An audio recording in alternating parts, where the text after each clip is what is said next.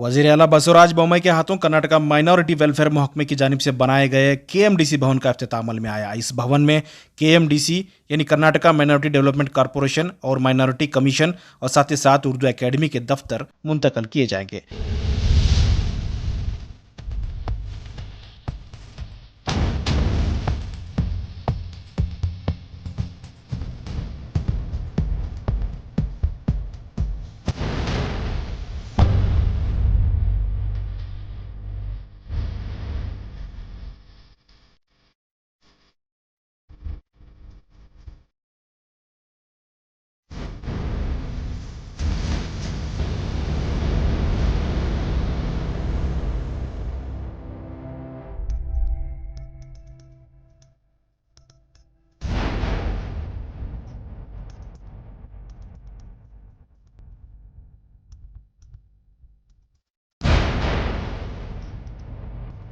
इफ्तिताही इजलास में वजीर आला बसवराज बोम्मई ने अकलियतों के ताल्लुक से काफ़ी लंबी चौड़ी तकरीर की। इन्होंने कहा कि इनकी हुकूमत अकलियतों की फलाह बहबूदी के लिए काम कर रही है। अस्सलाम वालेकुम कहकर अपने खिताब का आगाज़ करते हुए सीएम बोम्मई ने हुकूमत में अकलियतों की स्कीम, फलाह बहबूदी की स्कीम सामने रखे। बीच बीच में उर्दू बोलकर अपनी तरफ लोगों को राग़िब किया।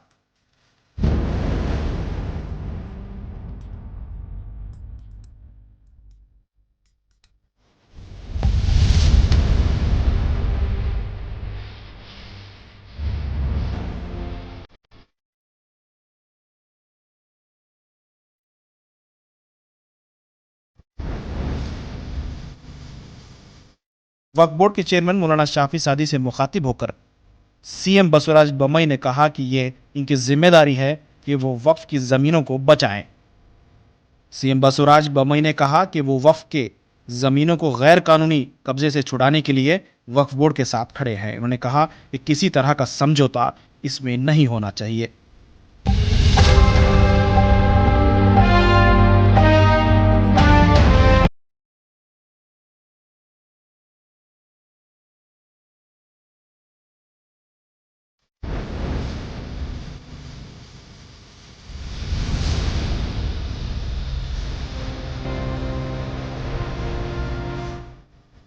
इस मौके पर माइनॉरिटी कमीशन के चेयरमैन अब्दुल अजीम ने अपने खिताब में सीएम से मुखातिब होकर कहा कि वो सीएम बसवराज बोम्मई के काम से मुतमईन है और साथ ही साथ उन्होंने कहा कि वो कर्नाटक में अमन को बरकरार रखने के लिए कामयाब भी रहे हैं।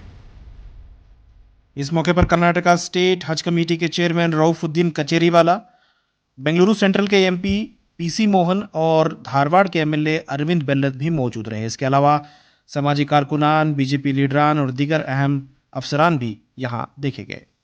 ನನಗೆ ಭಾಳ ಸಂತೋಷ ಆಗಿದೆ.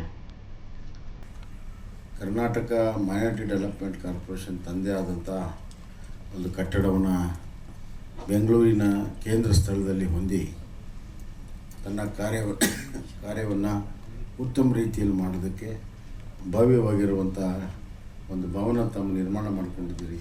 ನಿಮಗೆ ಅಭಿನಂದನೆಗಳನ್ನು ಸಲ್ಲಿಸ್ತೀನಿ.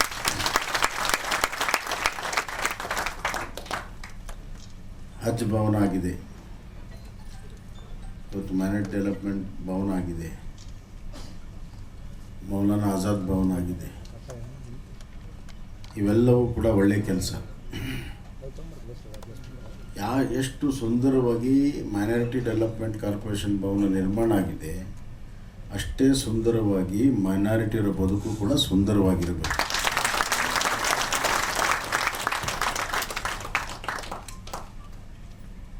ನಾನು ನಮ್ಮ ಮುಸಲ್ಮಾನ್ ಬಾಂಧವರು, ಜೈನ್ ಬಾಂಧವರು, ಕ್ರಿಶ್ಚಿಯನ್ ಬಾಂಧವರ ಭಾಳ ಅತ್ಯಂತ ಆತ್ಮೀಯವಾಗಿ ನಾನು ಅವ್ರ ಜೊತೆಗೆ ಬೆಳೆದವನು.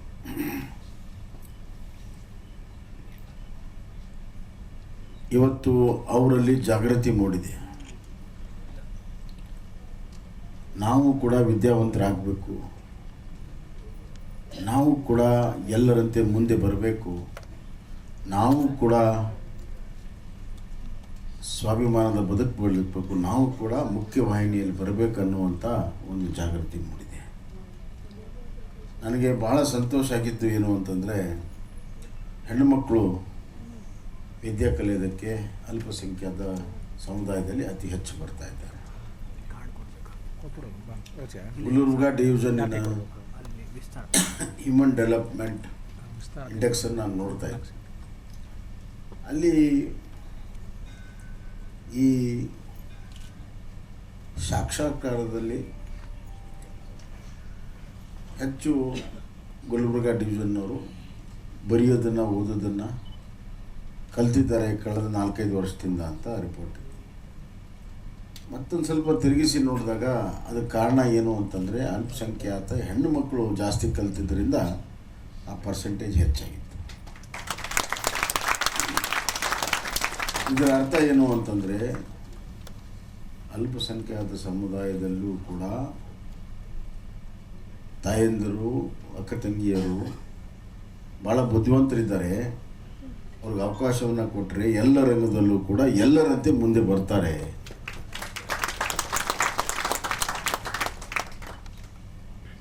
ಇವತ್ತು ನಮ್ಮ ಸರ್ಕಾರ ವಿದ್ಯಾಕ್ಷೇತ್ರಕ್ಕೆ ಭಾಳಷ್ಟು ಕೆಲಸವನ್ನು ಮಾಡ್ತಾ ಇದೆ. ಮೌಲಾನಾ ಆಜಾದ್ ಶಾಲೆಗಳು, CBSEಯಲ್ಲಿ ಅಬ್ದುಲ್ ಕಲಾಂ ಅವರ ಹೆಸರಿನಲ್ಲಿರುವಂಥ ಶಾಲೆಗಳು ಭಾಳ ದೊಡ್ಡ ಪ್ರಮಾಣದಲ್ಲಿ ಇವತ್ತು ಯಶಸ್ವಿ ಆಗ್ತಾ ಇದೆ. ಸುಮಾರು 30ಕ್ಕಿಂತ ಹೆಚ್ಚು ಅಬ್ದುಲ್ ಕಲಾಂ ಶಾಲೆ CBSEಯಲ್ಲಿ ಕಲಿಸ್ತಾ ಇದ್ದೀವಿ. ಬೇರೆ ಯಾವುದೇ ರಾಜ್ಯದಲ್ಲಿಲ್ಲ. ये बात आप समझ लो. ಬೇರೆ ಯಾವ ರಾಜ್ಯದಲ್ಲೂ ಇಲ್ಲ. ಭಾಳಷ್ಟು ಜನ ನಾವು ಅಲ್ಪಸಂಖ್ಯಾತರ ಚಾಂಪಿಯನ್ ಅಂತ ಬೇರೆ ಬೇರೆ ರಾಜ್ಯಗಳ ನಾಯಕರು ಹೇಳ್ಕೊಳ್ತಿರ್ತಾರೆ. ಅವರು ಅಲ್ಪಸಂಖ್ಯಾತ ಸಮುದಾಯಕ್ಕೆ ಏನು ಬೇಕೋ ಅದನ್ನು ಮಾಡೋದಿಲ್ಲ. ಇವತ್ತು ಮೂಲಭೂತವಾಗಿ ಒಬ್ಬ ವ್ಯಕ್ತಿಗೆ ಉತ್ತಮ ಶಿಕ್ಷಣ ಕೊಟ್ಟರೆ ಅವನು ತನ್ನ ಜೀವನದಲ್ಲಿ ತಾನು ಮುಂದೆ ಬರೋದು ಅಷ್ಟೇ ಅಲ್ಲ, ಇಡೀ ಸಮುದಾಯವನ್ನು ಮುಂದೆ ತರ್ತಾನೆ. ಆ ಶಕ್ತಿ ಬರ್ತದೆ. 21ನೇ ಶತಮಾನ ಜ್ಞಾನದ ಶತಮಾನ, 21वीं सदी इल्म की सदी है.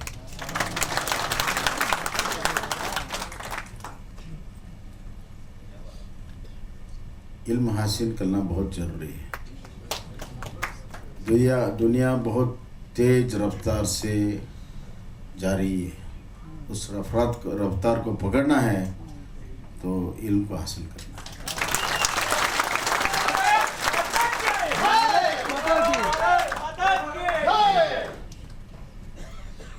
ನನಗೆ ಗೊತ್ತಿದೆ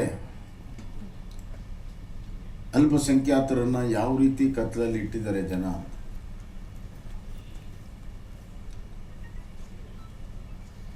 ನಿಮ್ಮನ್ನು ಸಮಯ ಬಂದಾಗ ನಿಮ್ಮ ಹೆಗಲ ಮೇಲೆ ಕೈ ಹಾಕಿ ಮಾತಾಡಿಸ್ಬಿಟ್ರೆ ನೀವು ಖುಷಿಯಾಗಿಬಿಡ್ತೀರಿ. ये बड़े साहब आए थे, मेरे कंधे पे हाथ रख के बात किया, चलो. ये नहीं चलेगा. आपकी बच्चों की खातिर आपको बदलना पड़ेगा.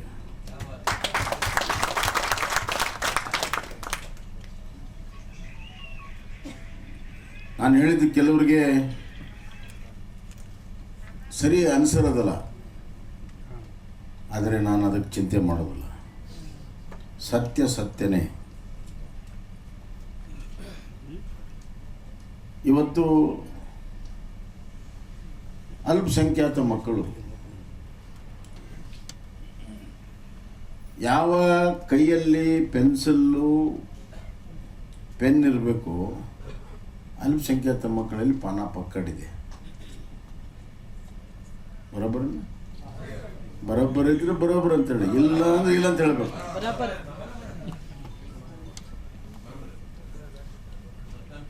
ಯಾವ ಬೆನ್ನಿನಲ್ಲಿ ಸ್ಕೂಲ್ ಬ್ಯಾಗ್ ಇರಬೇಕು ಅಲ್ಲಿ ಜೋಳ, ಗೋಧಿ, ಅಕ್ಕಿಯ ಚೀಲ ಇದೆ.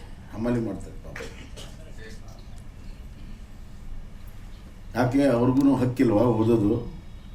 ಅವ್ರಿಗೂ ಮುಂದೆ ಬರೋ ಹಕ್ಕಿಲ್ವಾ? ಅವ್ರು ಹಾಗೆ ಇರಬೇಕಾ? ಇದ್ರ ಬಗ್ಗೆ ಯಾಕೆ ಚಿಂತನೆ ಮಾಡಲಿಲ್ಲ ತಾವು? ಎಷ್ಟು ವರ್ಷ ಬೇಕಿದು? 75 ವರ್ಷ ಆಯ್ತು. ಎಷ್ಟು ಜನ ಬುದ್ಧಿವಂತರಿದ್ದಾರೆ. ಇವತ್ತು ನಮ್ಮ ಅಧ್ಯಕ್ಷರನ್ನ ತಗೊಳ್ಳಿ, one of the finest police officers Abdul Azeem. Not only finest, one of the most intelligent officer. ಅವ್ರ ಕಾಲದಲ್ಲಿ ಅತ್ಯಂತ ಕ್ಲಿಷ್ಟವಾಗಿರುವಂಥ ಕೇಸುಗಳನ್ನು ಅವರು ಅದನ್ನು ಬಗೆಹರಿಸಿ ಶಿಕ್ಷೆಯನ್ನು ಕೊಟ್ಟಿದ್ದಾರೆ.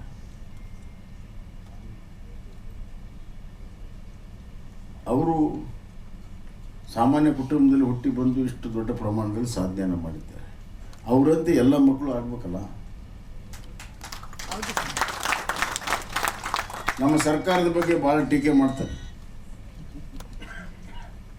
ನಮ್ಮ ಸರ್ಕಾರದ ಬಗ್ಗೆ ಭಾಳ ಟೀಕೆ ಮಾಡ್ತಾರೆ. ಆದರೆ ನನ್ನ ಫೈನಾನ್ಸ್ ಸೆಕ್ರೆಟರಿ ಯಾರು ಗೊತ್ತಾ? सब डेवलपमेंट के लिए पैसा किसके हाथ से आता है? ನನ್ನ ಫೈನಾನ್ಸ್ ಸೆಕ್ರೆಟರಿ ಹೆಸರು ಜಾಫರ್.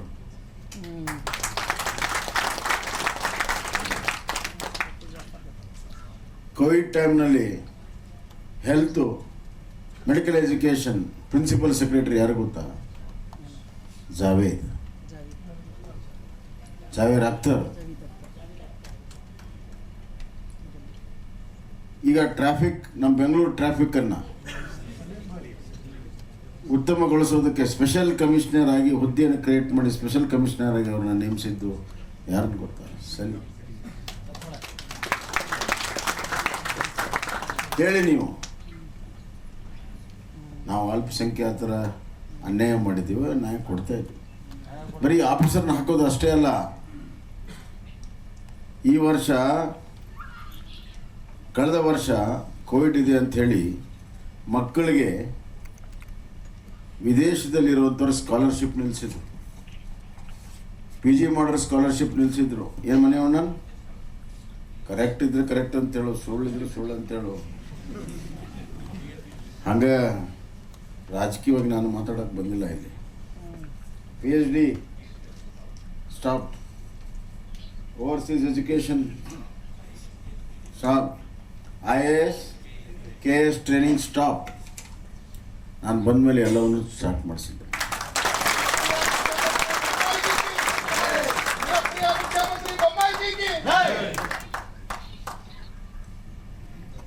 ಸುಮಾರು APJ ಅಬ್ದುಲ್ ಕಲಾಂ ವಸತಿ ಶಾಲೆಗಳು CBSE ಸುಮಾರು 25 ಕೋಟಿ ರೂಪಾಯಿ ಕೊಡ್ತಾ ಇದ್ದೀವಿ.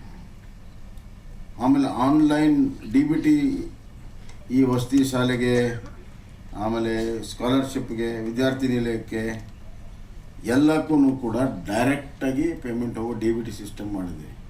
ಇಲ್ಲಿ ನಡಕ್ನವರೇ ಹೊಡೆದು ಬಿಡ್ತಿದ್ರು ಮೊದಲು.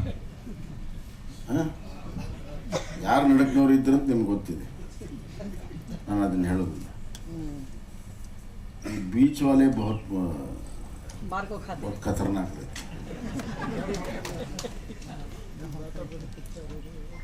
अल्लाह ताला और हमारे बीच में कोई नहीं रहना चाहिए.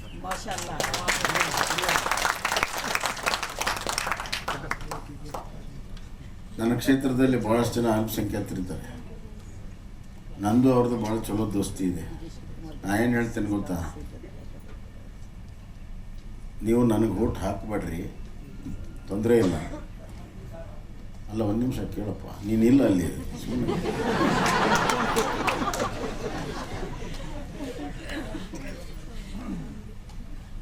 आप मुझे वोट मत दे दो, मेरे लिए दुआ करो.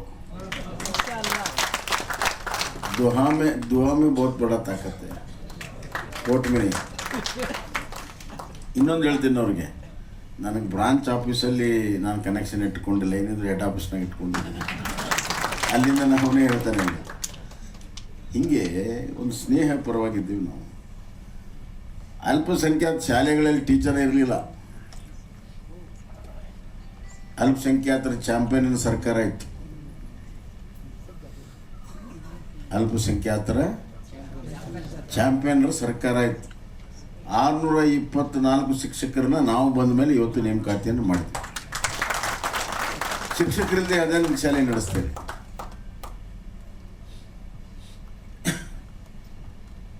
ಮತ್ತು ಹಾಸ್ಟೆಲ್ಗಳಲ್ಲಿ ಕೆಪಾಸಿಟಿ 25, ಪ್ರತಿಯೊಂದು ಹಾಸ್ಟೆಲಲ್ಲಿ 25 ಅಲ್ಪಸಂಖ್ಯಾತ ಮಕ್ಕಳಿಗೆ ಕೆಪಾಸಿಟಿ ಹೆಚ್ಚಿಗೆ ಮಾಡಿ ಹೆಚ್ಚಿನ ಅನುದಾನವನ್ನು ಕೊಟ್ಟು 2500 ಮಕ್ಕಳಿಗೆ ಈ ವರ್ಷ ಹೆಚ್ಚು 2500 ಮಕ್ಕಳಿಗೆ ಇವತ್ತು ಹಾಸ್ಟೆಲ್ಗೆ ಅಡ್ಮಿಷನ್ ಸಿಕ್ಕಿದೆ. ಹೆಚ್ಚುವರಿ ಸಣ್ಣ ಪುಟ್ಟೆಲ್ಲ ಹೇಳಕ್ಕೆ ಹೋಗೋದಿಲ್ಲ ನಾನು.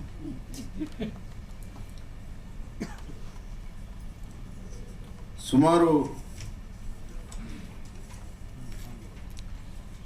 ಒಟ್ಟು 1460 ಕೋಟಿ ರೂಪಾಯಿಯಷ್ಟು ಮಂಜೂರಾತಿಯನ್ನು ಇವತ್ತು ನಾವು ಕೊಟ್ಟಿದ್ದೇವೆ ಅಲ್ಪಸಂಖ್ಯಾತ ಅಭಿವೃದ್ಧಿ. ಕ್ರಿಶ್ಚಿಯನ್ ಸಮುದಾಯಕ್ಕೆ 50 ಕೋಟಿ ರೂಪಾಯಿ ಅಂತ ಈಗಾಗಲೇ ಹೇಳಿದ್ದಾರೆ. ಎಲ್ಲರೂ ಮುಂದೆ ಬರ್ಬೋದು, ಅಂದಾಗ ದೇಶ ಮುಂದೆ ಬರ್ತದೆ. ಇಲ್ಲಿ ವಾಫ್ ಸಮಿತಿಯ ಅಧ್ಯಕ್ಷರಿದ್ದಾರೆ. ನಿಮ್ಮ ಡ್ಯೂಟಿ ವಾಫ್ ಪ್ರಾಪರ್ಟಿಯನ್ನು ಕಾಪಾಡಿಕೊಳ್ಳುವಂಥದ್ದು ನಿಮ್ಮ ಡ್ಯೂಟಿ. कॉम्प्रोमाइज़ नहीं होना. अगर कॉम्प्रोमाइज़ हुआ तो हम कुछ नहीं कर सकते, ऊपर वाले देखते रहते हैं.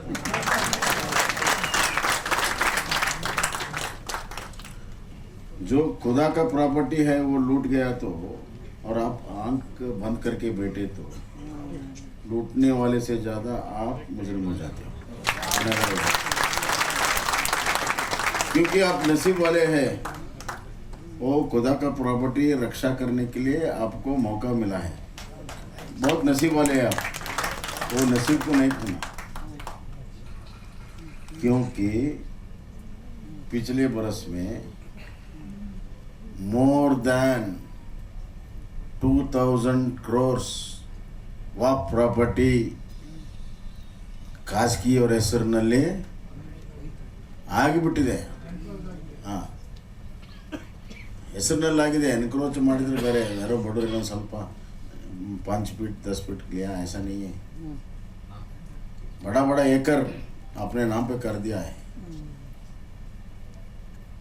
अभी जाके उसमें तो एक छोटा सा हम मस्जिद बनाते करके देते हैं. क्या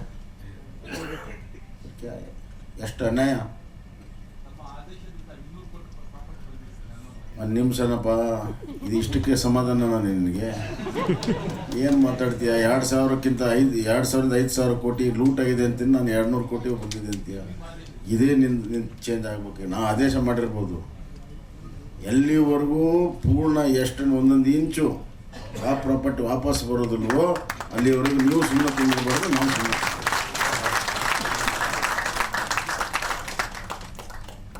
ಇದು ಎಲ್ಲ ಧರ್ಮಕ್ಕೆ ಅನ್ನಿಸ್ತಾರೆ. ನಾನು ಯಾವುದು ಒಂದೇ ಧರ್ಮ ಮಾತಾಡ್ತಾರೆ. ಆದರೆ ವಾಫ್ ಬೋರ್ಡ್ ಇದೆ, ವಾಫ್ ಕಾನೂನಿದೆ, 100 ವರ್ಷದಿಂದ ನಡೆದಿದೆ. ಅದಕ್ಕೆ ನಾವು ಮನ್ನಣೆಯನ್ನು ಕೊಟ್ಟಿದ್ದೀವಿ.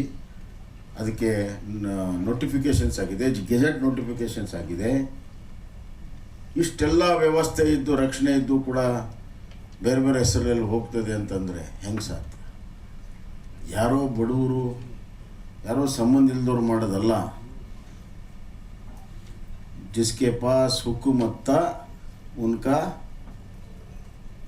ये हिकमत का काम है. ಇಲ್ಲೇನು ಮಾಡೋಕ್ಕೆ ಸಾಧ್ಯ ಇಲ್ಲ. ಈಗ ಅವ್ರ ಅಧ್ಯಕ್ಷರಿದ್ದಾರೆ, ಯಾರು ಹೋಗಿ ನೀವು ಯಾವ್ದಾರು ಒಂದು ವಾಫ್ ಪ್ರಾಪರ್ಟಿ ನನಗೆ ಹೆಸರು ಹಚ್ಚಿ ಕೊಡ್ತಾರೆ ನೋಡಿ, देते हैं क्या?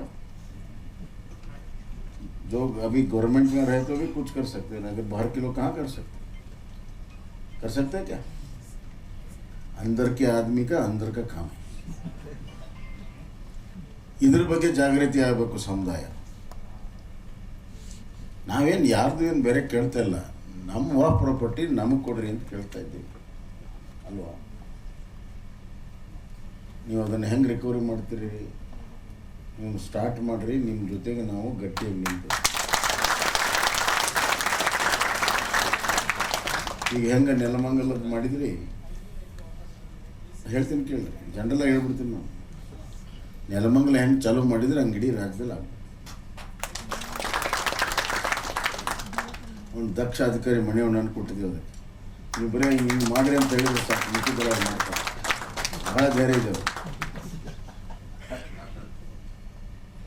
ಆಮೇಲೆ ಈ ಮೈನಾರಿಟಿ ಡೆವಲಪ್ಮೆಂಟ್ ಕಾರ್ಪೊರೇಷನಿಂದ ಅರ್ಹ ಫಲಾನುಭವಿಗಳಿಗೆ ಆಯ್ಕೆ ಮಾಡೋದು, ಮಾಡಿ ಅವ್ರಿಗೆಲ್ಲ ರೀತಿ ಸಹಾಯ ಸಹಕಾರ ಮಾಡಿ ಅವರು ಜೀವನದಲ್ಲಿ ಮುಂದೆ ಬರಬೇಕಾದ್ರೆ ಇವತ್ತಿನ ಭಾರತ ದೇಶದ ಪರಿಸ್ಥಿತಿಯಲ್ಲಿ 3 ಈಗಳು ಭಾಳ ಮುಖ್ಯ.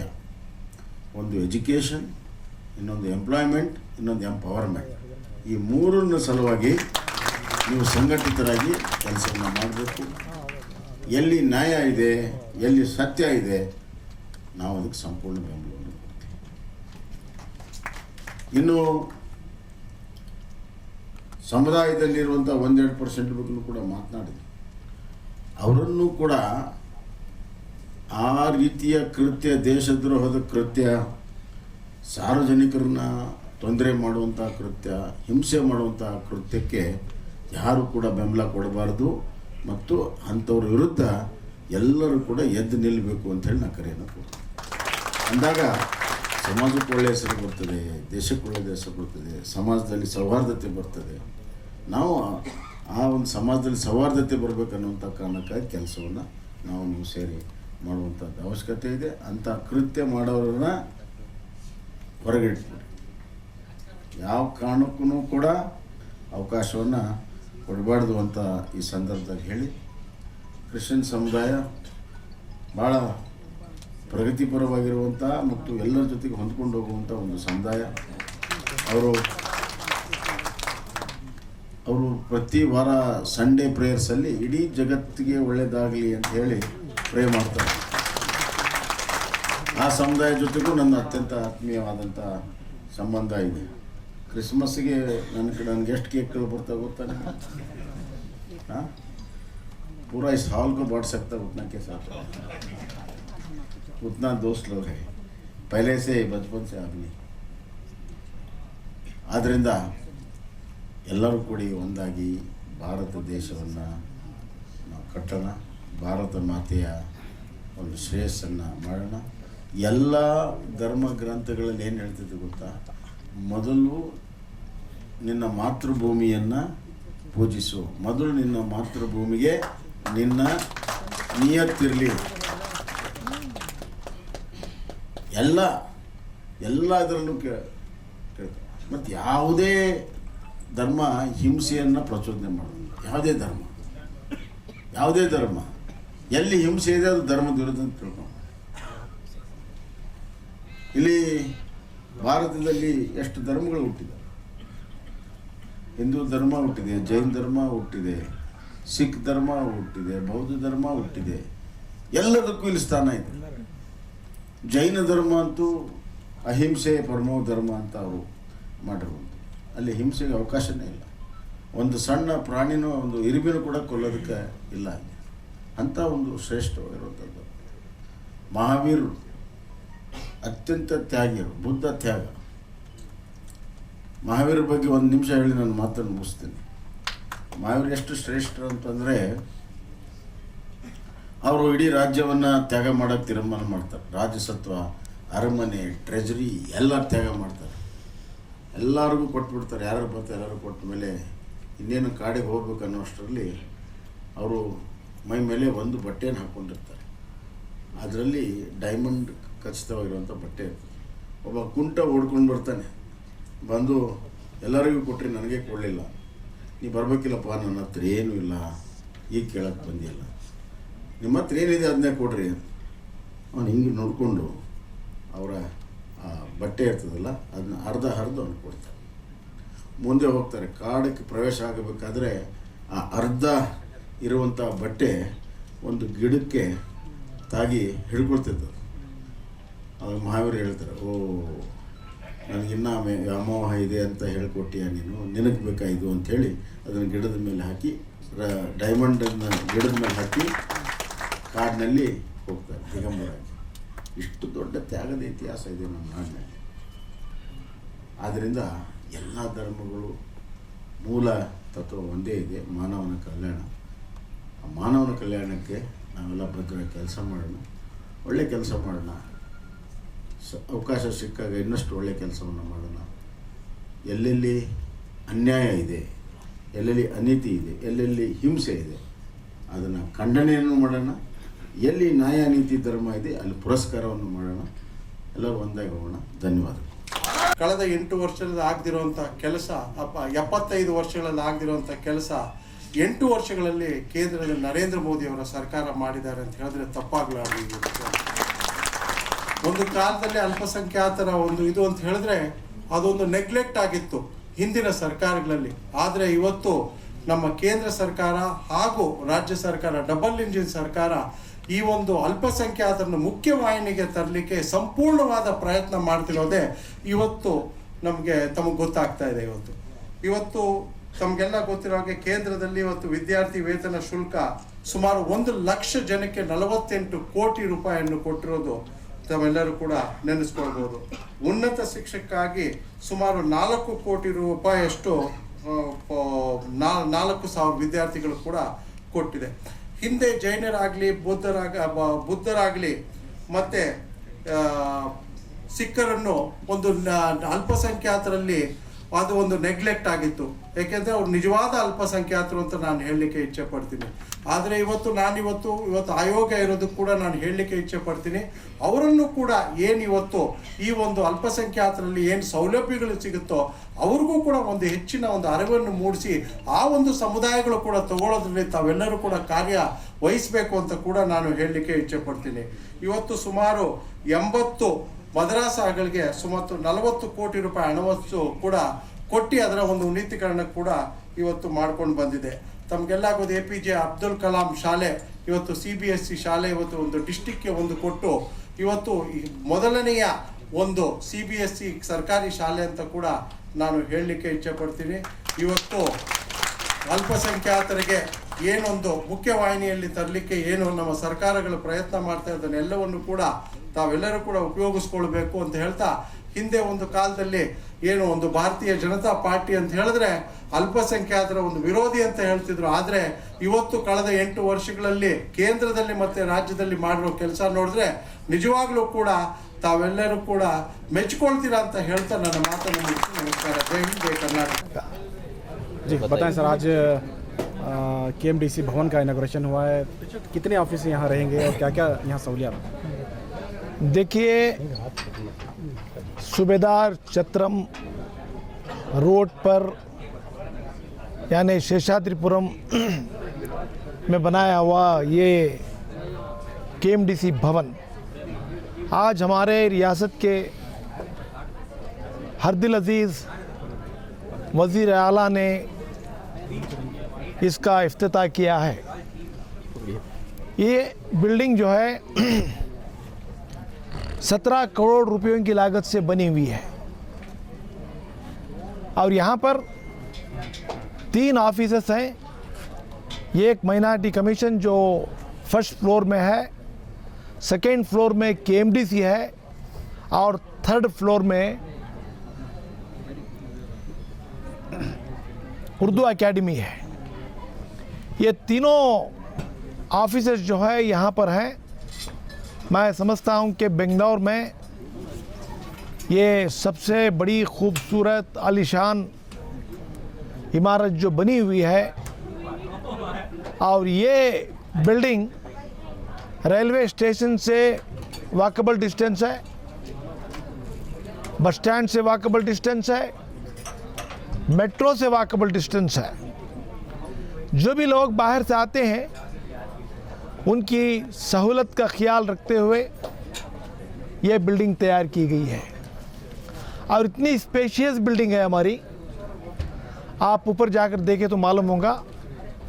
माइनॉरिटी कमीशन की ऑफिस जो बनी हुई है वहाँ पे हमारे लिए बहुत ही खूबसूरत चैम्बर बनाया गया है।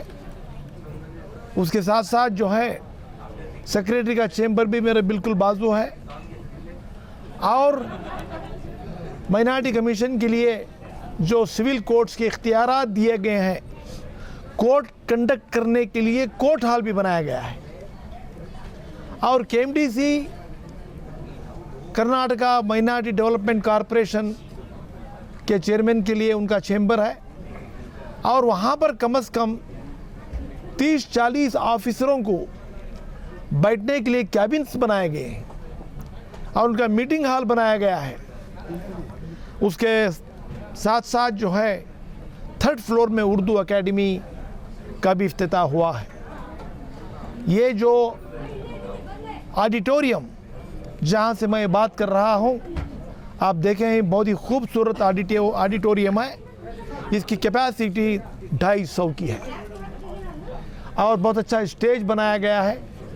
यहाँ पर एसी का इंतज़ाम है, फैंस रखे हैं, लाइटिंग का इंतज़ाम किया गया है और इसके साथ साथ जो है यहाँ पर आप जो है मुशायरा भी रख सकते हैं, गज़ल का प्रोग्राम रख सकते हैं। क्या ये फ्री ऑफ कॉस्ट रहेगा? और इसके बारे में जो है मीटिंग करके ये उर्दू की तरक्की के लिए हाल बनाया गया है। यूँ समझो कि एक मिनी उर्दू हाल है। यहाँ पर जो है जो भी आएंगे मुशायरा करने वाले, गज़ल का प्रोग्राम करने वाले, इनके लिए काइंड ऑफ इनकरेजमेंट है और कीमत जो है रीज़नेबल कीमत के ऊपर दिया जाता है। और उर्दू एकेडमी का जिक्र नहीं किया।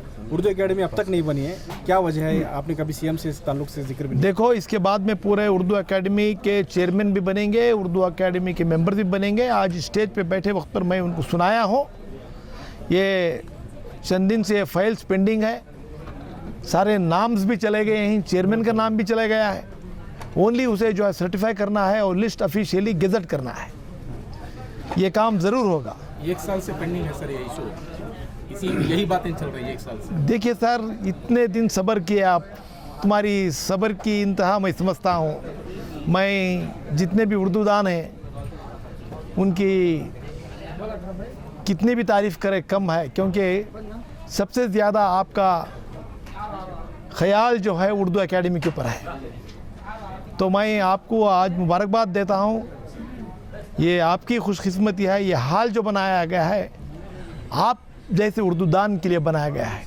बिल्कुल के रेट कम रखेंगे और जो है यहाँ पर सिर्फ रात में नहीं, प्रोग्राम दिन के 11 बजे से रात के 12 बजे तक यहाँ पे निश्चित होते रहेंगे। माइनॉरिटीज से मुतालिक मुख्तलिफ कम्युनिटीज़ के इशूज़ आप आज उठाए, लेकिन उर्दू हाल का जिक्र दूर दूर तक नहीं रहा, उर्दू एकेडमी का जिक्र नहीं रहा।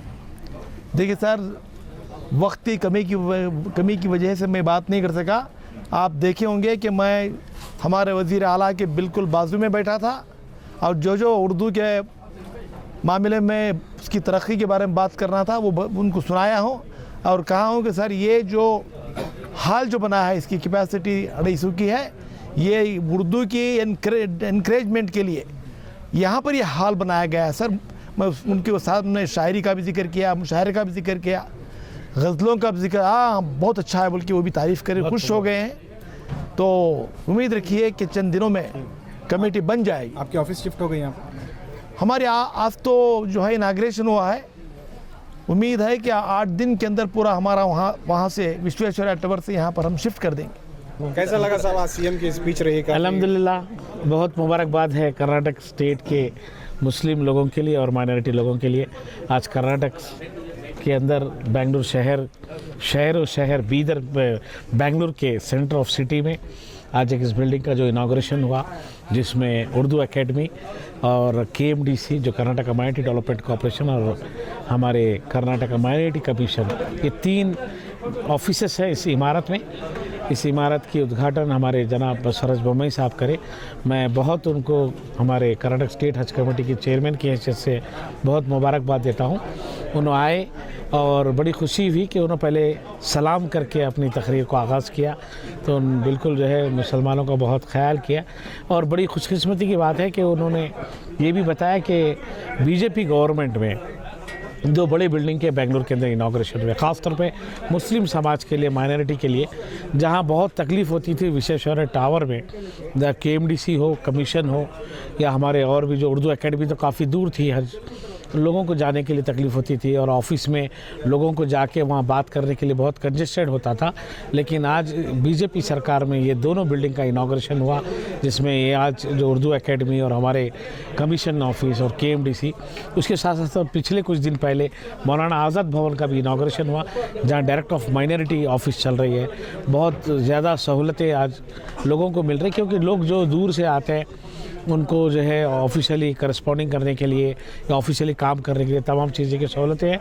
मैं बसवराज बोम्मई साहब को बहुत मुबारकबाद देता हूँ कि उन्होंने आज इस बिल्डिंग का इनाग्रेशन किया और हम तमाम लोगों के लिए, ख़ास तौर पे मुस्लिम समाज के लिए बड़े फ़ायदे का मामला है, बड़े सुख, बड़ा जो है उससे फ़ायदा पहुँचेगा, बड़ा आसानी का मामला आएगा। सीएम की तकरीर के दौरान बार बार आप हज कमेटी का जिक्र कर रहे थे, लेकिन सीएम उसे नज़रअंदाज करते रहे, क्या कहना है? नहीं, हज कमेटी के लिए उन्होंने इस बिल्डिंग का इनाग्रेशन में माइनॉरिटी कमीशन के बारे में नहीं माइनॉरिटी करना चाह रहे थे सीएम? नहीं, हम लोग ग्रांट्स के बारे में पूछना चाह रहे थे, क्योंकि ग्रांट्स अभी कुछ ही दिन के बाद हमारे हज के 2023 का इनाग्रेशन होने वाला है और नए हम वहाँ पे और भी जो कोविड में जो बिल्डिंग ख़राब हुई थी उस बिल्डिंग की मरम्मत करना है, ऑलरेडी हो चुका है।